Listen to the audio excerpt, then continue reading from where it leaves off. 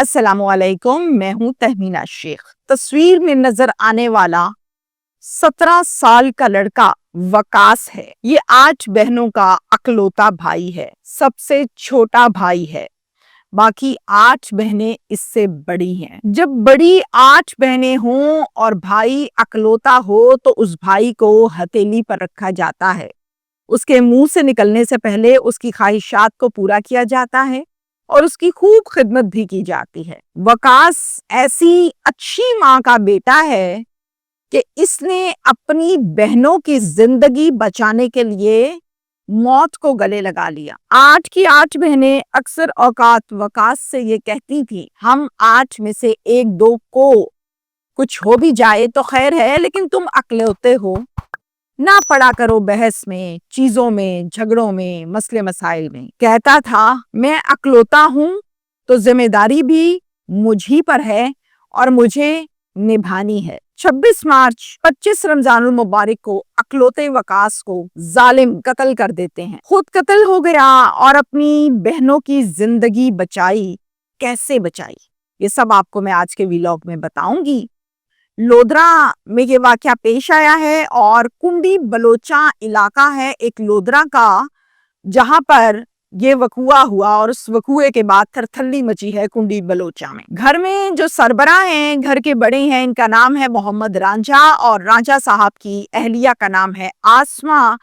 अल्लाह ने इनको 9 बच्चे अता फरमाए, 8 बेटियां और 1 बेटा। बेटे का नाम है वकास और ये अकलौता है, ये 17 साल का है। 8 बेटियां पैदा इस उम्मीद पर करनी कि इस मर्तबा तो बेटा होगा, इस मर्तबा तो बेटा होगा, इस मर्तबा तो बेटा होगा, और फिर कुदरत खुदा की, अल्लाह की करम नवाजी के 9वीं मर्तबा बेटा पैदा हुआ चांद सा। राबिया और सादिया ये बड़ी 2 बहनें हैं। इन दोनों की शादी रांझा साहब कर देते हैं अपनी खाला के बेटे के साथ, और खाला का बेटा जो कि कजन था बना दामाद। लोधरा में ये शादी होती है। अजीम और फहीम ये 2 सगे भाई हैं और ये दोनों रांझे के दामाद बन गए।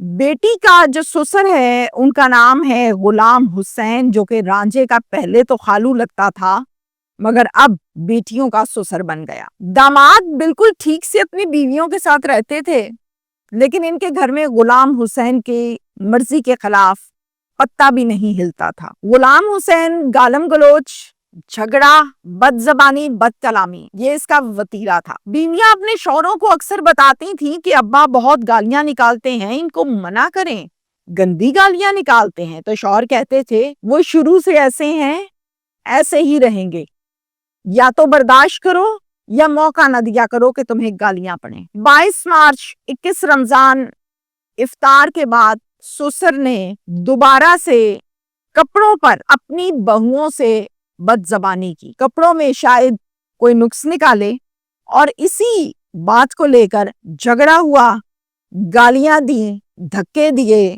कपड़े खींचे, दबके मारे, जिस पर इस मर्तबा बहुओं ने आगे से कहा कि अब्बा जी कोई शर्म और हया करें, हम आपकी बहुएं हैं, बेटियां हैं, आप गंदी गालियां निकाल रहे हैं। ससुर ने ये सुनना था कि आग बगोला हो गया। उठा और उठकर सामने अकड़कर खड़ा हुआ और कहा, दफा हो जाओ मेरे घर से बाहर, तुम इस काबिल ही नहीं हो कि तुम्हें घर के अंदर रखा जाए। साथ में गंदी गालियां देने लगा। बहुएं चूंकि घर पर थीं तो दुपट्टा उनके सर पर नहीं था। उनको पकड़ा, बाजू से धक्का देकर घर के दरवाजे से बाहर निकाला और दरवाजा बंद कर लिया। खूब खटखटाती रही, किसी ने दरवाजा ना खोला। इस टाइम घर पर इन दोनों के शौहर भी मौजूद थे।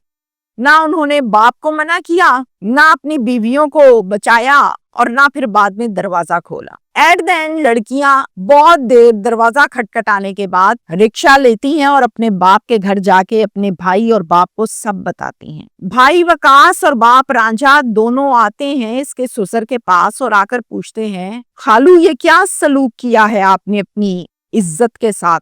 बहुएं तो इज्जतें हुआ करती हैं। बजाय इसके कि ससुर कोई शर्मिंदगी महसूस करते, कोई नदामत दिखाते, कहते हैं तुम्हारी बेटियां इस काबिल हैं कि उनको घर में रखा जाए। बदजबान लड़कियां, बदकिरदार लड़कियां, बदतमीज लड़कियां, बदशक्ल लड़कियां, शुक्र करो कि मैंने اپنی بہو بنا لیا تھا مگر اس قابل نہیں ہو۔ اس پر پھر سے پازیٹیو وے میں کہتے ہیں کہ تھوڑی سی لچک رکھیں اپنے لہجے میں، خدا کو فرعونیت پسند نہیں۔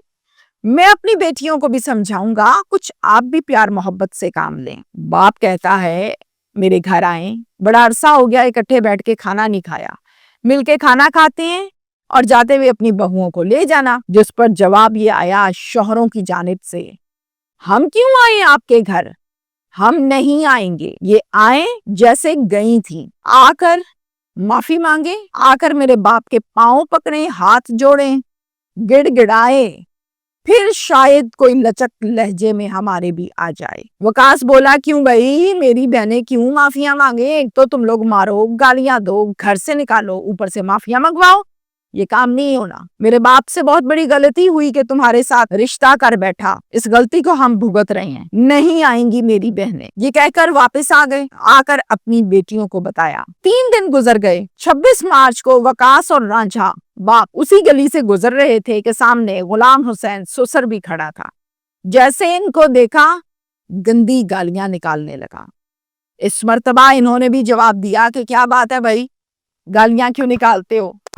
آپس میں ہوا خوب جھگڑا اور اس مرتبہ اندر سے شوہر بھی باہر آئے اور گریبان پکڑ لیا۔ نہ صرف اتنا بلکہ پسٹل نکالی، 2 فائر وقاص کے سینے پر مارے اور ایک گولی، ایک فائر والد رانجھا کو مارا۔ والد شدید مضروبی کی حالت میں زندگی اور موت کی کشمکش میں آخری سانسیں لے رہے ہیں۔ ڈاکٹرز کہتے ہیں دعا کریں، جبکہ وقاص کی موقع پر ڈیتھ ہو گئی۔ پولیس اسٹیشن سٹی لودھرا میں ایک پرچہ درج ہوا جس کی مدعیہ بنی بڑی بہن رابعہ، اور ایک FIR درج ہوئی اکلوتے بھائی وقاص کے قتل کی۔ ملزمان اب تک فرار ہیں، پولیس کی گرفت میں نہیں آئے۔ دیکھتے ہیں مزید کتنے دن لگیں گے، اکلوتے وقاص کو انصاف کتنے دنوں میں ملے گا، اور وہ بہنیں جو اپنی جان قربان اپنے بھائی پر کرتی تھیں، وقاص اپنی جان دے گیا اپنی بہنوں کی خاطر۔ وہ سالوں کا سفر جو رانجھا نے کاٹا، ہر مرتبہ اس امید پر کہ اللہ بیٹا عطا فرمائے گا، جو ایک بیٹا ہوا